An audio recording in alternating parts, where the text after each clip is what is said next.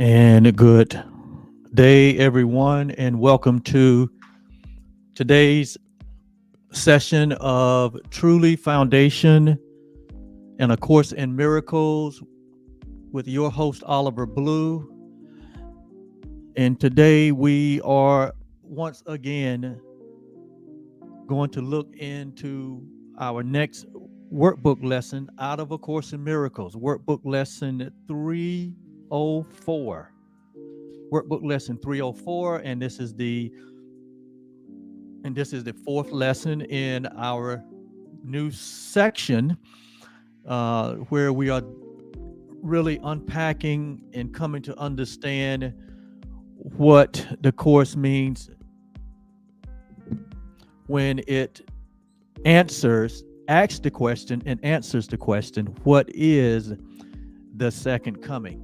What is the second coming? And we did a whole hour plus message on what is the second coming according to what the Course in Miracles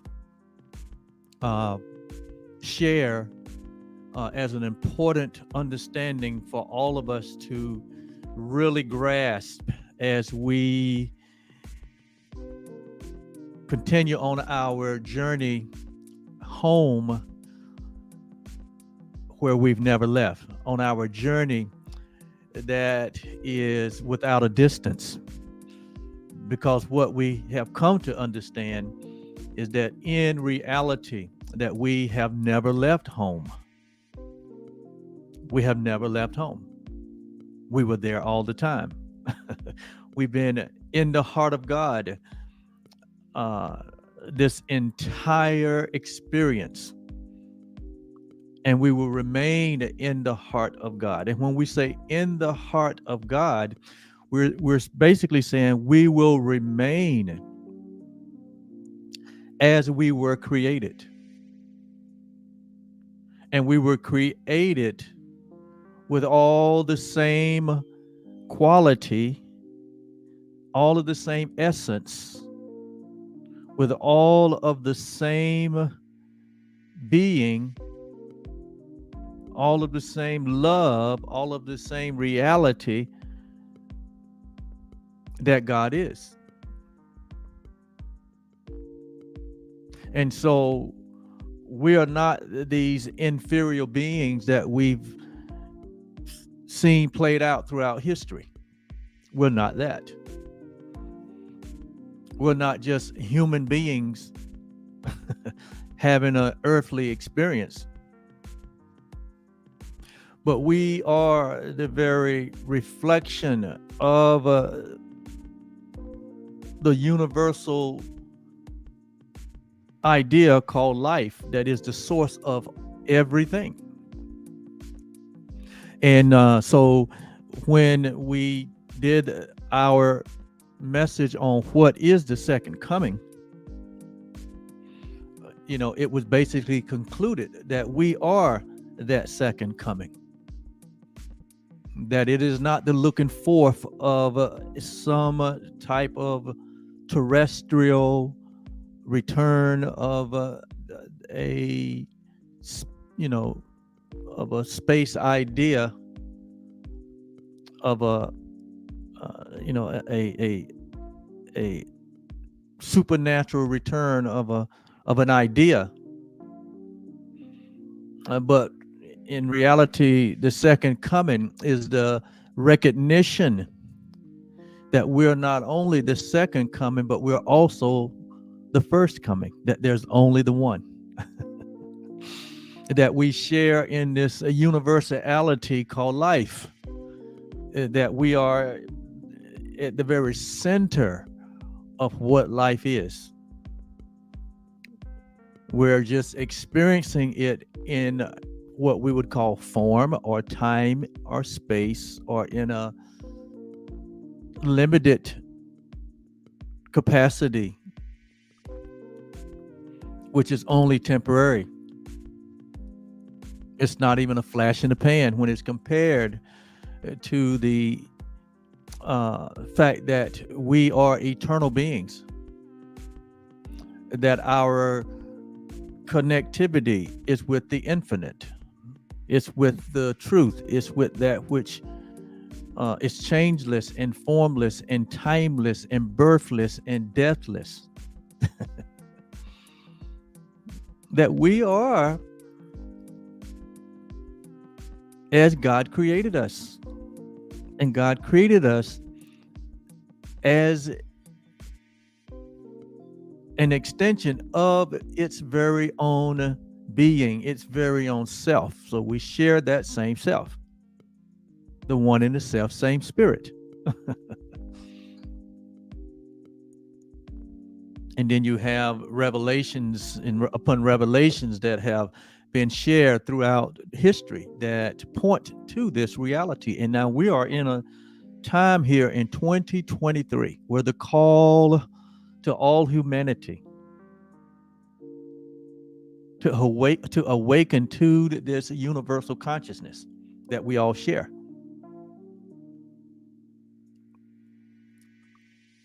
You know, our core message here at Truly Foundation, which is a revelation that was given to me,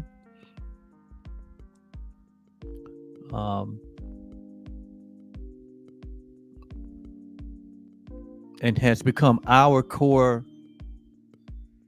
message, which is truly, and what that word truly means, as given to me to share to the world.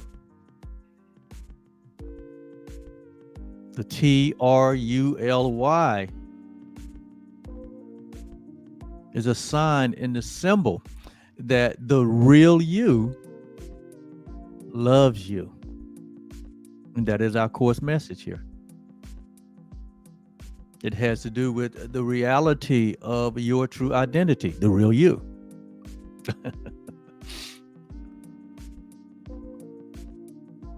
And so it speaks to the fact that there has been a tremendous amount of energy placed on a you that is not real, or a you that is false, or a you that we made up to be a substitute to the real you.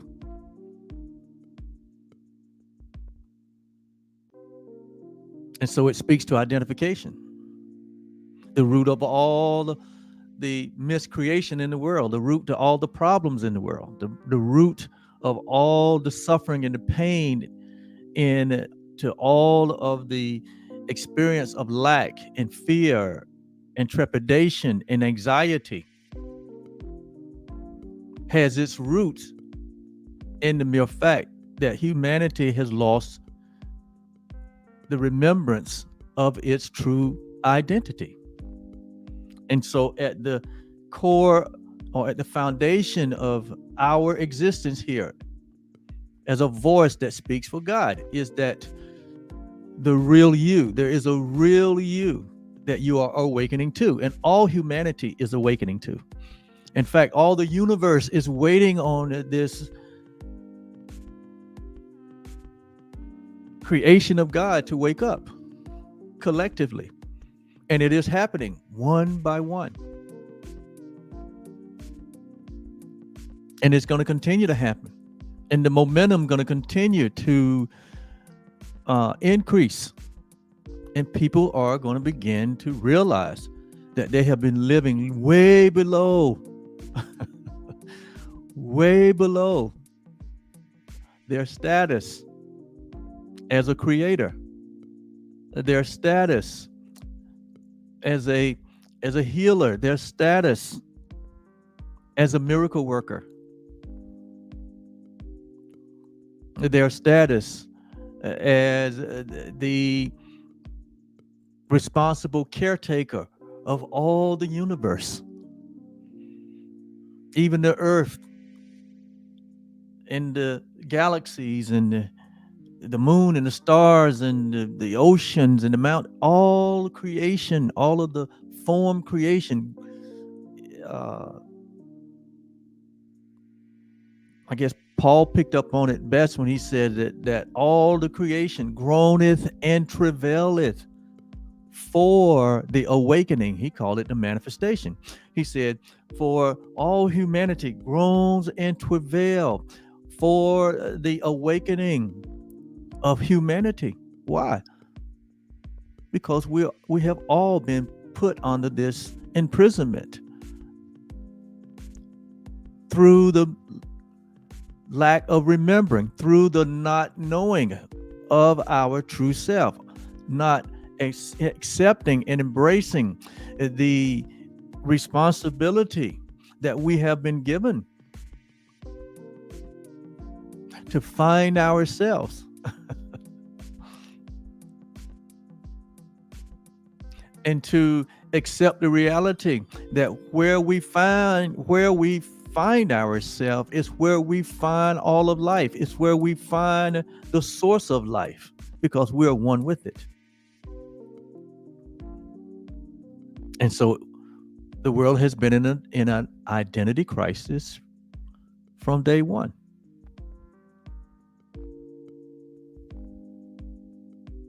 When Adam said, I was afraid and I hid myself. And all that was a response to a thought or an idea.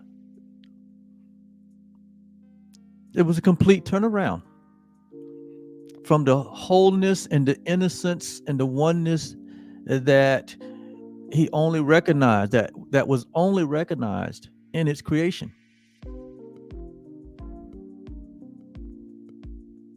But an unexplainable tiny mad idea entered into the space, and man considered it and checked it out.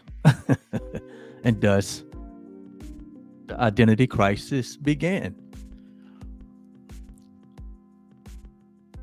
But it is over, and it was over the moment that it began. Because in reality, there cannot be an identity crisis. There can only be what God created. And so even the idea of falling unconscious or falling asleep to reality was introduced as a possible option or a possible experience. And that's what all of this has matriculated to into 2023.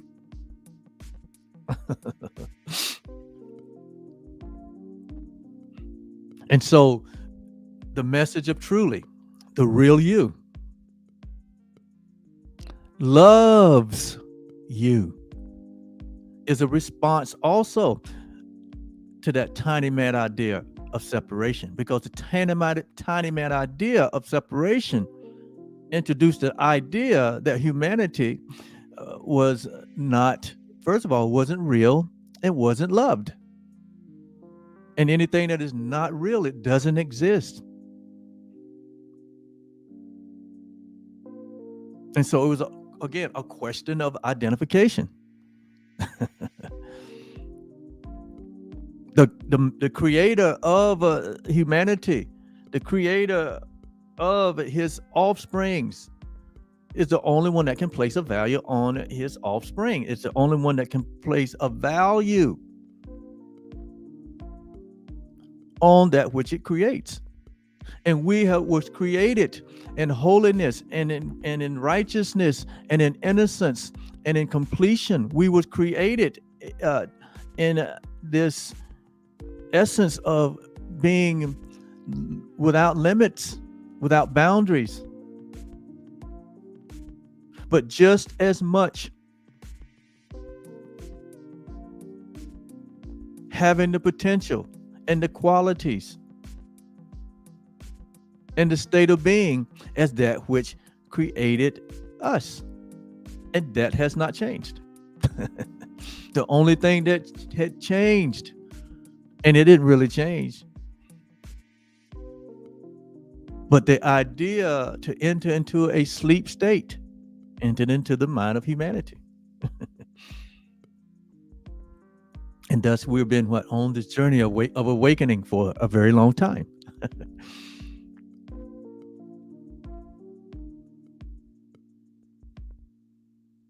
And thank God for saviors of the world, avatars like Jesus of Nazareth and other ancient sages and holy men who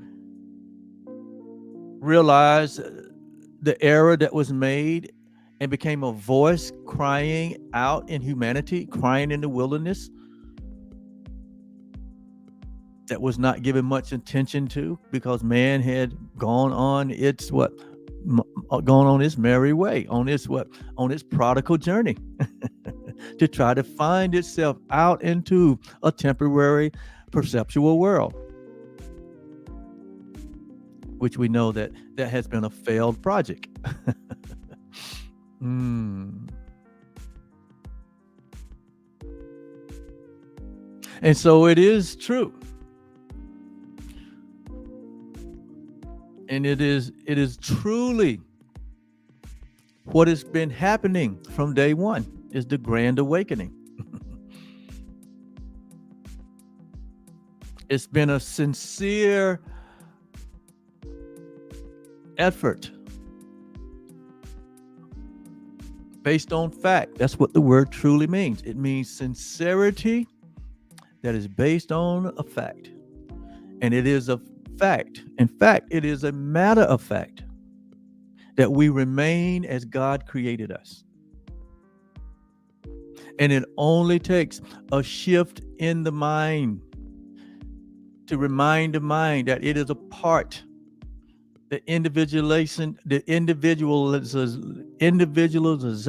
of the mind, to remind the individualization of the mind that it is a part of the universal mind. And it works itself in harmony with the universal mind. And the universal mind works in and through the individualization of the mind, where we are having these seemingly separate self-experience as individual selves. Seems that way. But in reality, we are still this shining forth of the one nature, the one being, the one love that we all share with God and each other and all living things. That's our reality.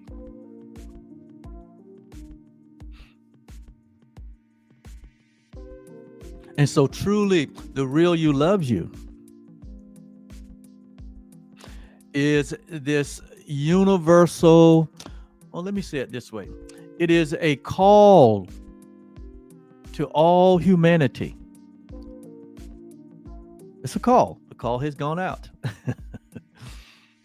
And this call didn't just go out when we founded Truly Foundation here, but this is an ancient call that has gone out before the foundation of the world. Jesus mentioned it in his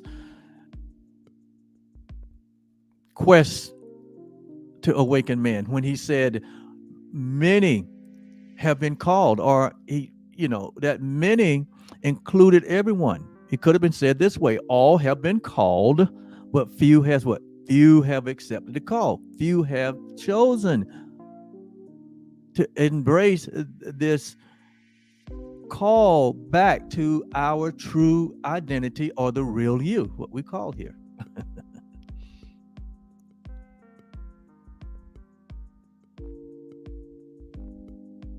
But truly is a call to all humanity to awaken to the universal consciousness that we all share.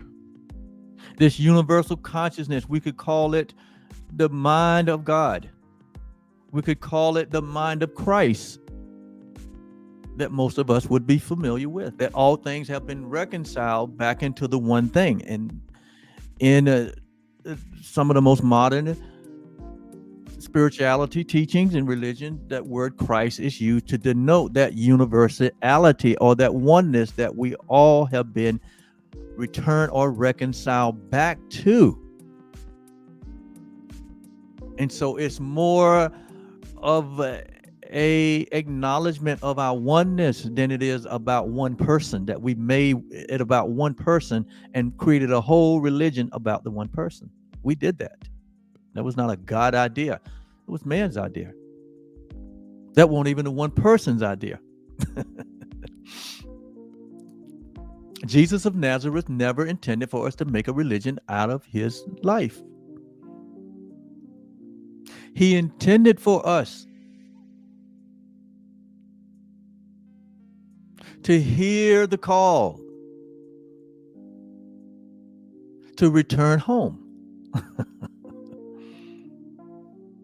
That's what the intention was. It was never intended to create even more division, even more separation, even more call to arms and more destruction and more wars and fightings and more hatred, more shenanigans. As we see that's what is being brought to light as time go on. That people are not as sincere as they say they are behind the blood-stained banner, I guess you might say. They're not as sincere about that. It's really about their agenda. And it's not really about the return or the awakening to the universal consciousness. It promotes even further separation.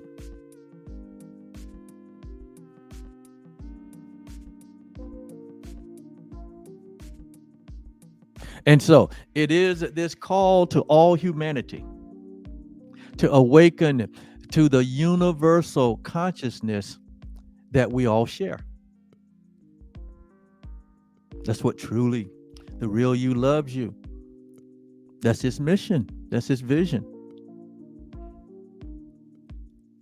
It's the mission and the vision and the will of our Father. It's the will of God. It's the will of the universal call to awaken humanity to our oneness, which is the only solution to the world order.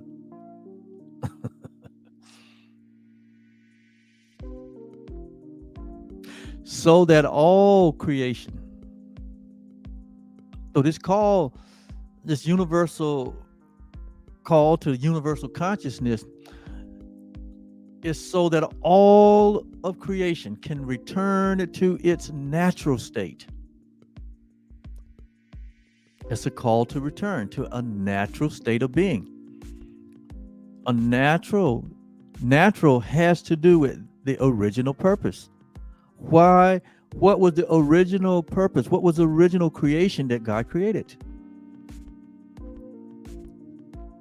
Paul picked up on it in the Revelation when he said that we should be to the praise of his glory. That we should, together in one unison, shine forth this oneness, this one being that we all share. To put on display the glory of God, to put on display the glory of love, to put on display the glory of unity and oneness.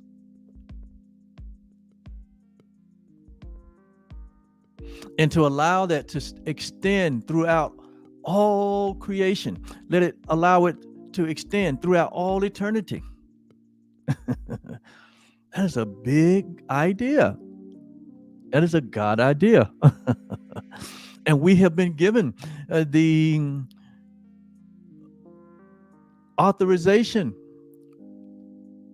to promote this idea. We have been entrusted with promoting this gigantic idea. And what have we done with that?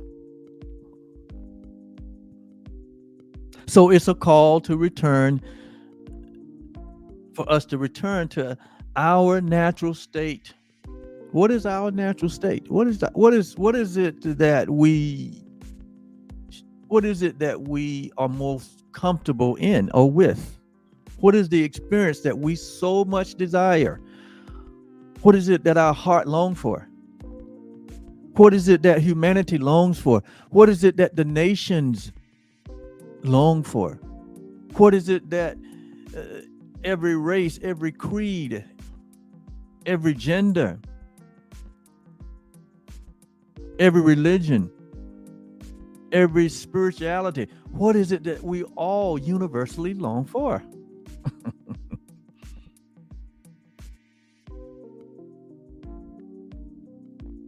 If you would take a survey,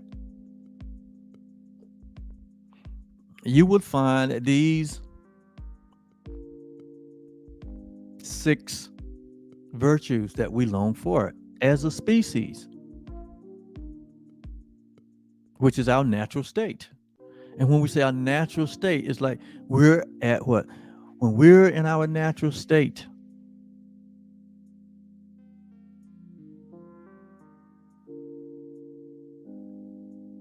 there is harmony. There's a harmonious vibration that we abide in. When we are in our natural state, there is an experience of relaxation. There is no tension. There is no stress, but there is a complete relaxation. So that there is a freedom of circulation on every level, where that each part of this wonderful oneness that we all share is equally supported and supplied with the energy and the life forces that it needs to be sustained. So harmony and relaxation are natural states that we all long for.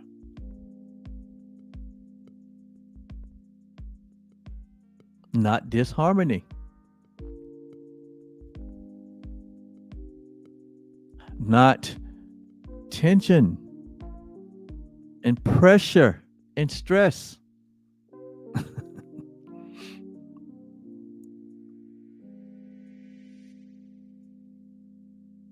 When we return to our natural state, this natural state is filled and fueled by love.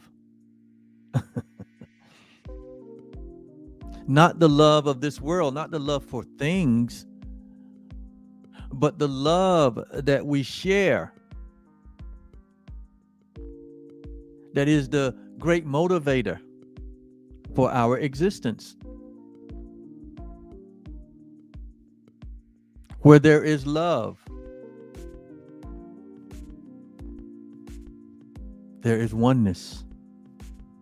Where there is love,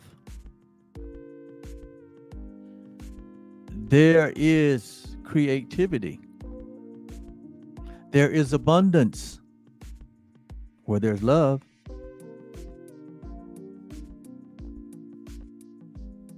where there is love,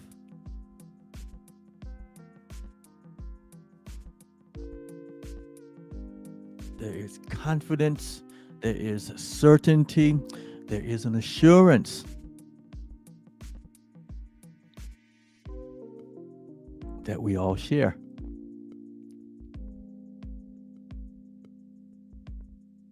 This return to a natural state of harmony, relaxation, and love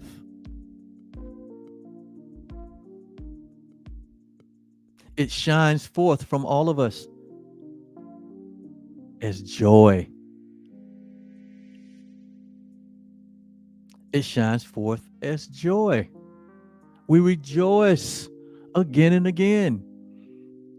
And again, we rejoice. Because we understand that we live in this ocean of joy, that joy fills and exudes our very nature.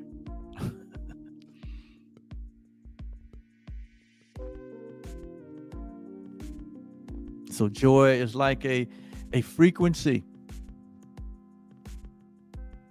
that is like no other frequency. It's like a self-induced pleasure. As the writer in Psalm says, David, he says that in the presence of this universality of harmony and relaxation and love, he said, in that presence there is joy and pleasures forevermore. See? There's strength. The joy of this presence is our strength.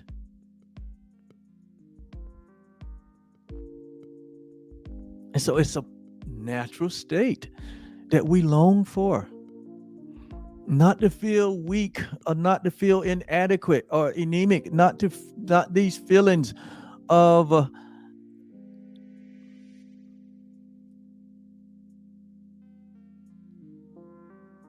inadequacy. Not this feeling of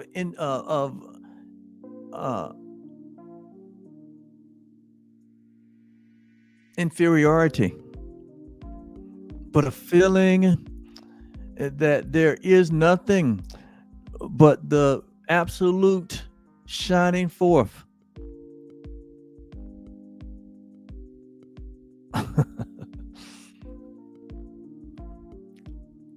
of the life that we share, that's filled with joy, filled with light, filled with splendor and radiant aliveness.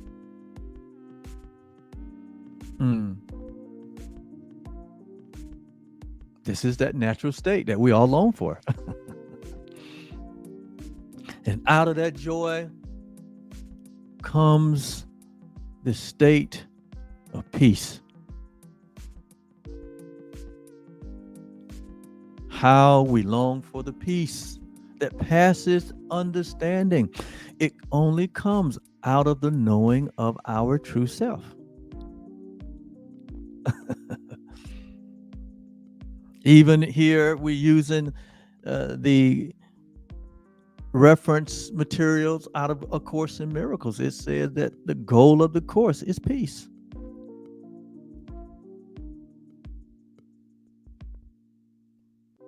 Peace is an acknowledgement that oneness is our reality. Peace is an acknowledgement that we're not divided or individuated as it appears to be.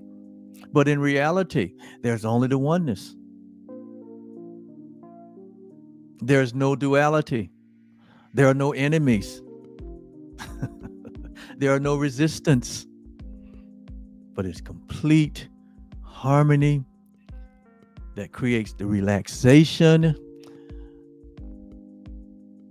that promotes the love, that shines forth the joy,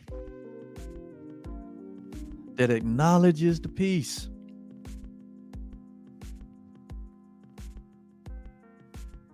This is what we desire. You can go around the entire world. You can go into any culture. You can go in any religion. You can go in any spiritual setting. You can go in any arena of life from every nation, from every age, from every generation, and you will find that humanity desires harmony, relaxation, love, joy, and peace.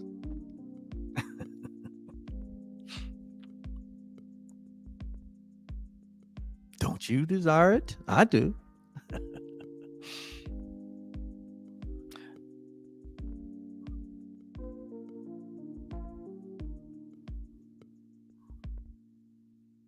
And then that final natural state that make up this foundation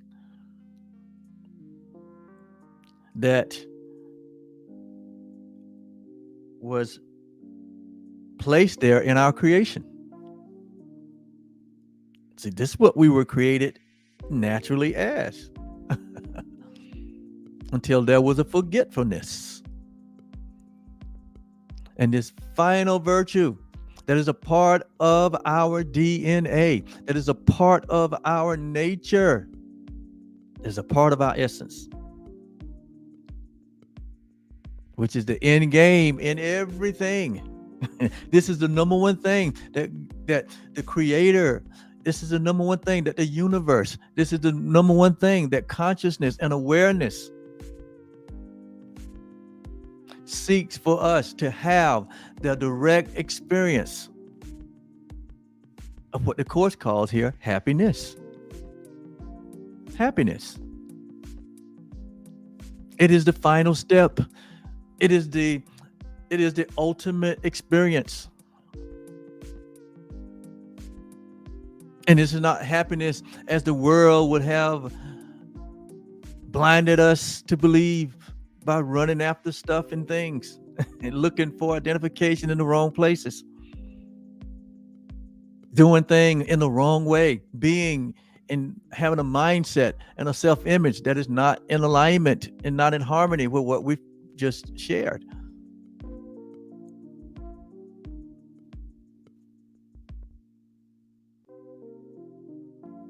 But the happiness that we seek, we have come to discover that you are and I am and all humanity is the happiness that we seek. It is the knowing of ourselves and the knowing that there is absolutely nothing missing. That is nothing that is separate from us, that is required for us to experience the happiness and the fulfillment of life and life more abundantly. But that is all present with us now because our Creator placed it within our nature. The Creator placed it within our DNA and then put a stamp of approval on it and then guaranteed and made an oath to itself, a promise to itself that happiness is our end game. That happiness is the Creator's number one interest that it has for its creation, because it's the number one interest that it has for itself. The universal awareness is the consciousness that we are the happiness that we seek. You are that. You are that. Now, I am that, and all humanity is that. In reality, when we turn from the false ideas and the false self that we made,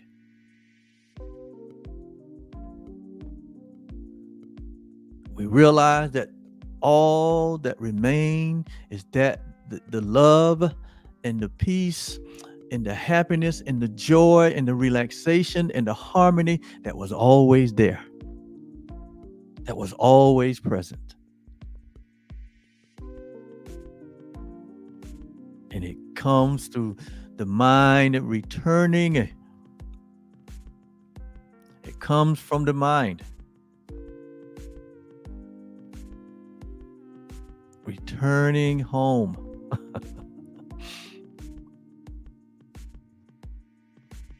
Because it was in the mind that we went on a far journey. It was in the mind that we became prodigal. It was in the mind that we believed in separation. It all happened in the mind. But the mind accepted something that was not true about itself. not the universal mind, because that is changeless, but this individualization of mind that we begin to call ourself.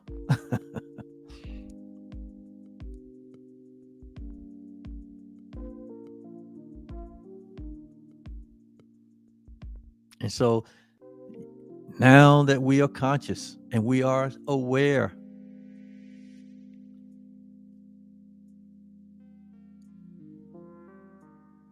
that nothing has happened, that we were merely asleep, this is the call for all humanity to awaken to the universal consciousness that we share, to wake up from the sleep and the falsity of that which we made, to be a substitute for reality. And it can never be. It can never be. And so this second coming is basically a recognition that the first hasn't changed, that what God created remains. Who you are as a innocent and whole and sinless and guiltless and infinite and impersonal and self-aware being, it remains that way. It's just that simple. It is just that simple.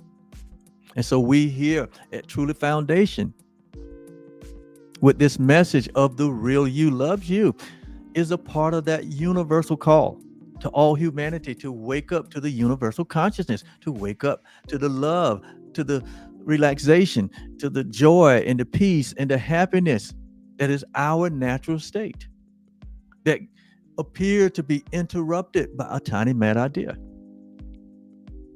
that won't even real, that it's not based on reality, it's not based on truth, but it was based on an idea that consumed itself, and it is consuming itself.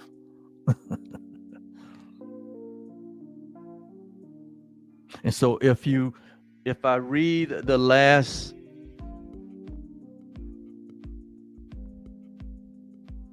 two paragraphs on page 449 on the what is the second coming, it says the second coming is the one event in time which time itself cannot affect. For everyone who ever came to earth or came to die, in a sense, he says, or yet will come, or who is presently here now. So he's speaking to those in the past, those are here now, or those that may appear here in the future. Is equally, notice now, we're equally released from what we made. See here? The substitute that we made to reality, we're released from that. All humanity. It says, in this equality is Christ. See, the oneness that we share, the universal consciousness that we share. He says, in this equality is Christ restored as one identity. The identity crisis is over once we embrace this for ourselves. It says, in which the creations of God acknowledge that they are all one. See? That we are all one.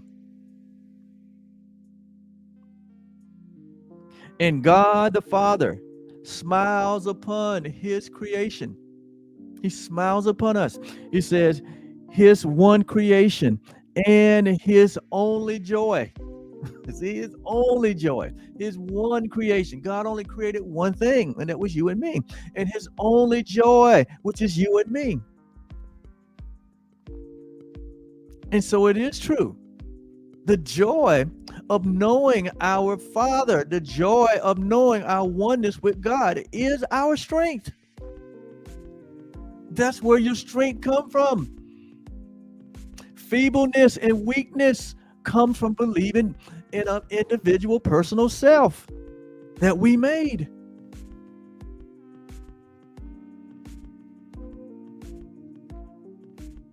Because we can look on that self and see that that self is so vulnerable, so afraid.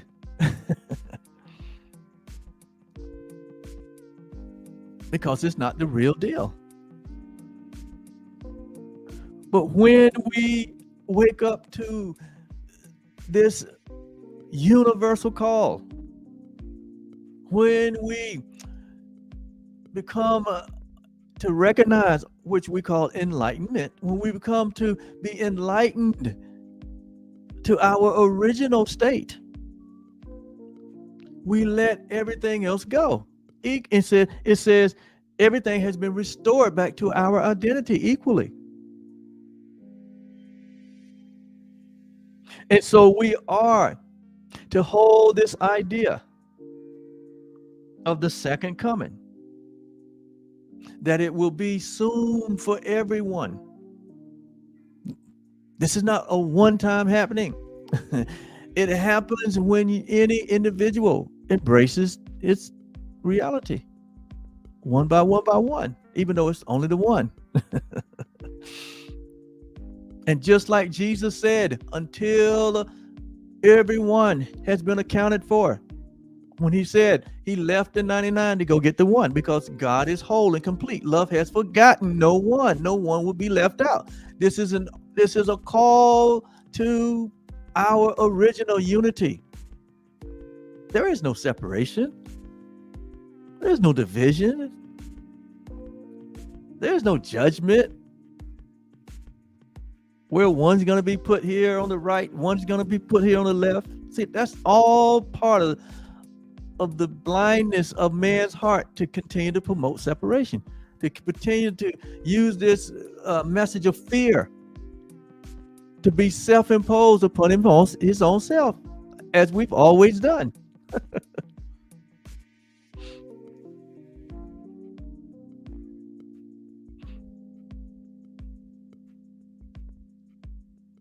But we do not dare to promote separation and division anymore, now that we know the truth. Why would we imprison ourselves? Why would we imprison our brother or our neighbor? We only want for others what we want for ourselves. We only want the harmony and the relaxation and the love and the joy and the peace and the happiness for ourselves. And so it's only fitting that we want it for what? Everyone. Why? Because everyone is ourself. What you would want for your brother, you're going to have for yourself. What you've been having in life, the things that you have experienced, good or bad, grand or small, everything in your life that you have experienced. You have experienced it because that's what you would have for your brother. Because your brother is yourself. And that's why it is so important that we understand this oneness, this universality of our one life and one love and one being that we share, so that we can stop the ignorance and the foolishness of desiring things that we don't even want for ourselves, for others. No, you're going to have it for yourself. That's the way the universal law works. See, the universe only knows that there's one. So when you say, I want this for someone else, you better make sure you want it for yourself, because you're going to have it for yourself. Because the universe only knows the one. And you've been having it for yourself, the same as you've been wanting it for your neighbor. The same as you've been wanting it for all humanity.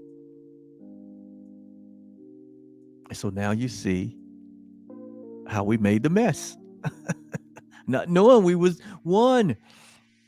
And we were just talking. We were just being inspired by division and separation. And didn't know we was talking about ourselves.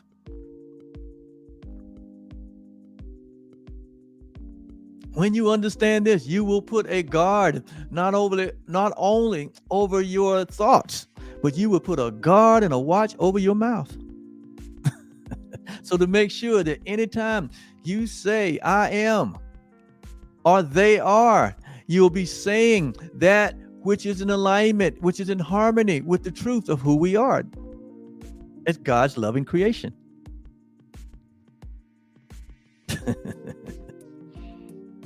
Lest we add more misery to our own self. This is your freedom. This is your way out of the imprisonment that you place yourself in. This is the way that the collective humanity is to get out of the dilemma that we've gotten ourselves in, the dilemma that we put in the world in, the earth in, and all the creation. By not knowing the oneness that we share. And so it is our eyes and our ears and our hands and our feet that is being used when we awaken in this world of form. It is our voice, like I'm using my voice to teach only love. I'm using my life to teach only love. Now that I have awakened to this reality, now that you have awakened to this reality, it's our responsibility to only share the truth that is true always about who we are and who humanity is.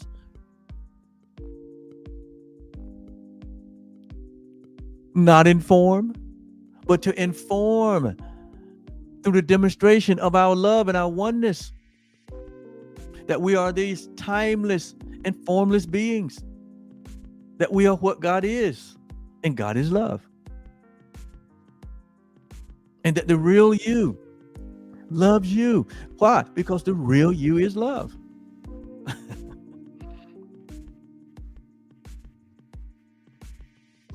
And most of all, when we wake up, we give over our will or our willingness to say, not our will, but what? God's will be done. Let the will of reality be done and not our will. We lay down our false will and we have embraced the only reality, the only purpose that will prevail, and that is the will of God. So let us rejoice that we can do God's will and join together in its holy light. Behold what God has created. Behold who God has created. See humanity as one being. See God as that same being. So behold what God made. That it is one in us. And we can reach our Father's love through this oneness. Only. It's the only way that we return to our natural state of harmony, relaxation, love, joy, peace, and happiness.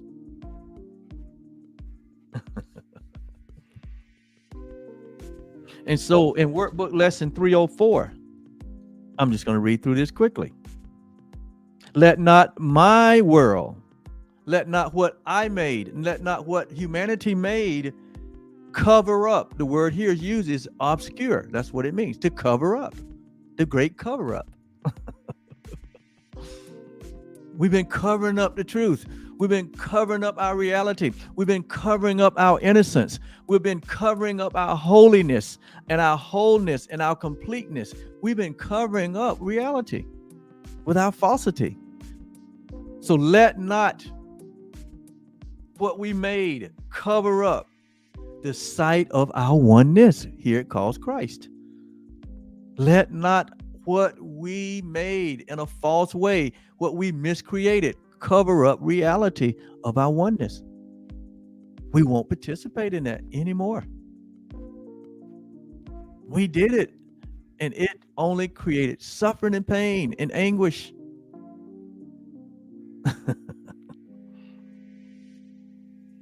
And so we can cover up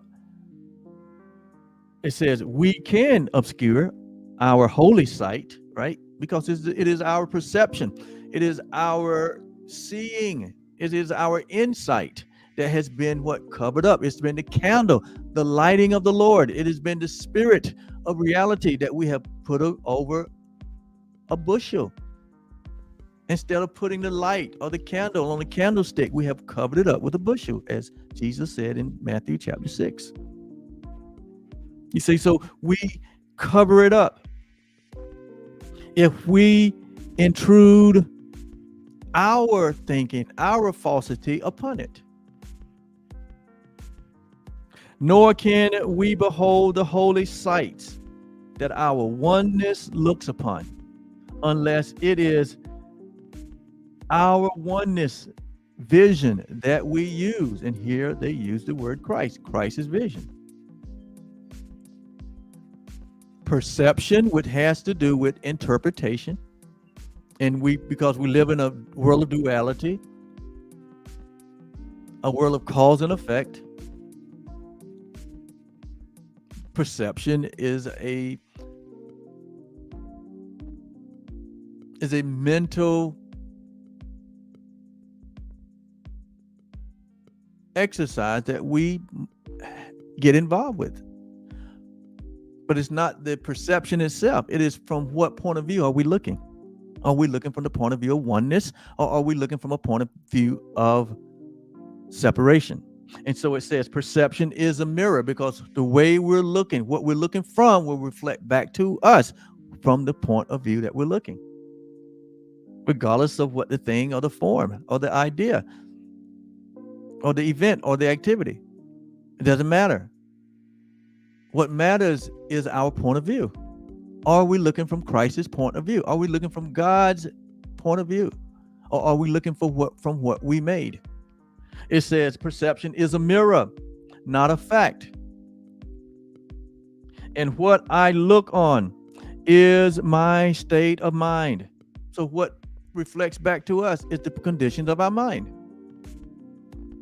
Do we allow the mind of Christ to be our point of view? This equality that we have with God. Think it not robbery that you have equality with God, as the writer said in Philippians 2 and 5 and 6. You have equality with God. That's the point of view that you have to come from. If you come from any other point of view, if you see yourself any different from God, or any of God's creation, including Jesus of Nazareth or any other enlightened being, Buddha or anyone else, if you see yourself any different than what God created, it says here that we are not allowing the mind of Christ to be in you, the mind of equality and the mind of oneness. You're not allowing it. You're still holding on to your false idea, covering up the truth. Allowing the sight of Christ to be intruded by us holding on to a falsity. It says, I want to look on. And what I want to look on, or what we want to look on, is our state of mind. It is reflected outward. So whatever your perception is of the world, sleep or awake, that's what it's going to reflect back to you.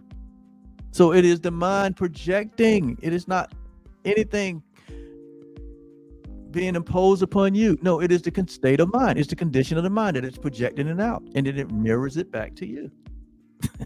So it's the mind that has to be transformed. It's the mind that has to be renewed. It's always the mind. It is always the mind that is either in harmony or out of harmony, that is either relaxed or tensed. It is either in love or it's in hatred. It's either it's in joy or in pain. It's either in peace or it's at war. It's either happy or it has a sense of lack and scarcity. That's how you can examine yourself to see if you are in your reality, or whether you're out of reality, or whether you're awake or whether you sleep. It's not an indictment. It just say it is what it is. We're all on a journey to find our way back home.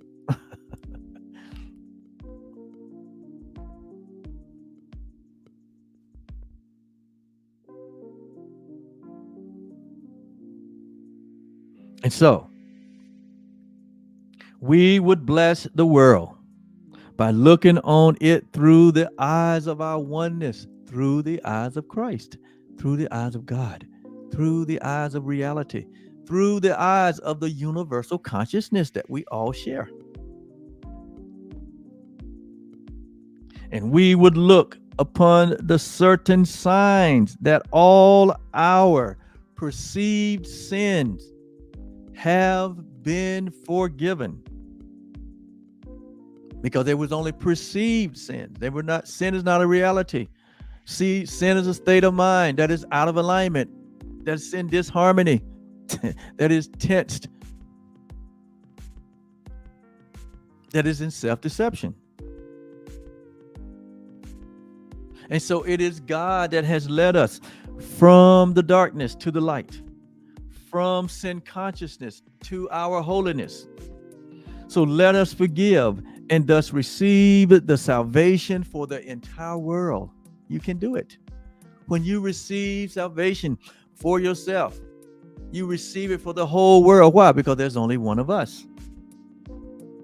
It is your gift, my Father. It is God's gift to us. It is God's gift given to us to offer this to the one Son, the one life that we share, to wake us up. The Great Awakening, the return to the natural state, that we may find again the memory of our true self. It's in the memory. It hasn't gone anywhere. It is everywhere present. It fills the interspaces of the universe. It permeates, penetrates all that we are. It always has. It was just a lack of recognition. It was just a lack of remembering. And so when we remember our true identity as one with God and each other, we know that creation, we know that heaven remains as one.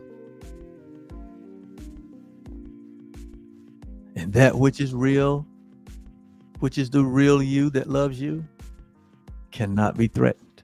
Nothing in this life have changed your identification. You are still the whole and innocent and complete and eternal and infinite self that God created. Yes, you are. And you can relax in that. You can harmonize with that. You can stand in that love. You can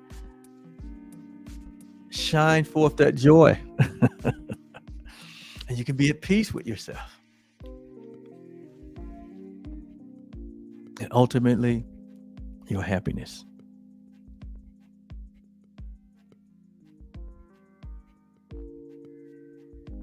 Which is yourself. You are the happiness that you sought all alone. I'm the happiness. I'm the happiness that I was seeking all alone, the knowing of myself. You ever noticed innocent children before they get conditioned? That they are just as content and just as happy with themselves. Just as content and just as happy, just with themselves, fascinated with themselves. And so it is the return. Like Jesus said, you can no wise enter in to the direct experience of yourself until you return to yourself as a little child. A little child has no cares, has no worry, has no fear, has no doubt. They are completely aware of their happiness, their nature. They are completely confident that they are cared for. They don't worry about the next meal or the next clothing item, or they don't worry about what the next,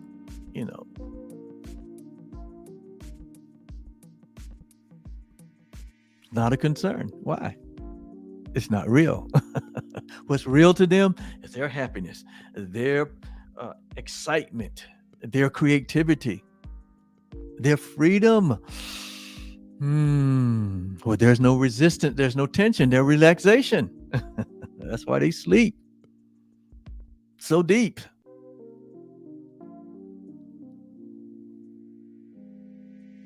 Return to your creation. That is what a child is. It's original creation. That's what it means to be a child. It's to be. It's to be. Notice now, to be your original creation. And there's no disharmony in that.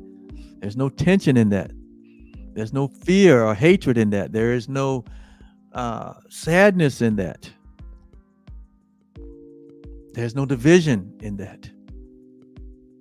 And there's certainly no lack, no scarcity. But it's a fullness of the glory put on display, of the splendor and the infinity and boundlessness of love and reality itself. And it shines through you to bring light to a world. And so that's workbook lesson 304. So let not my falsity, let not my world cover up or obscure the sight of Christ, the vision of Christ. Thank you so much. We're still in this section on what is the second coming. You are it. Love on yourself. Enjoy yourself. Abide in me. That's what it means. Abide in this reality. You abide in me and I abide in you. We're one. And we'll be back on tomorrow with another lesson. Workbook lesson 305. And so we'll see you then. Until then,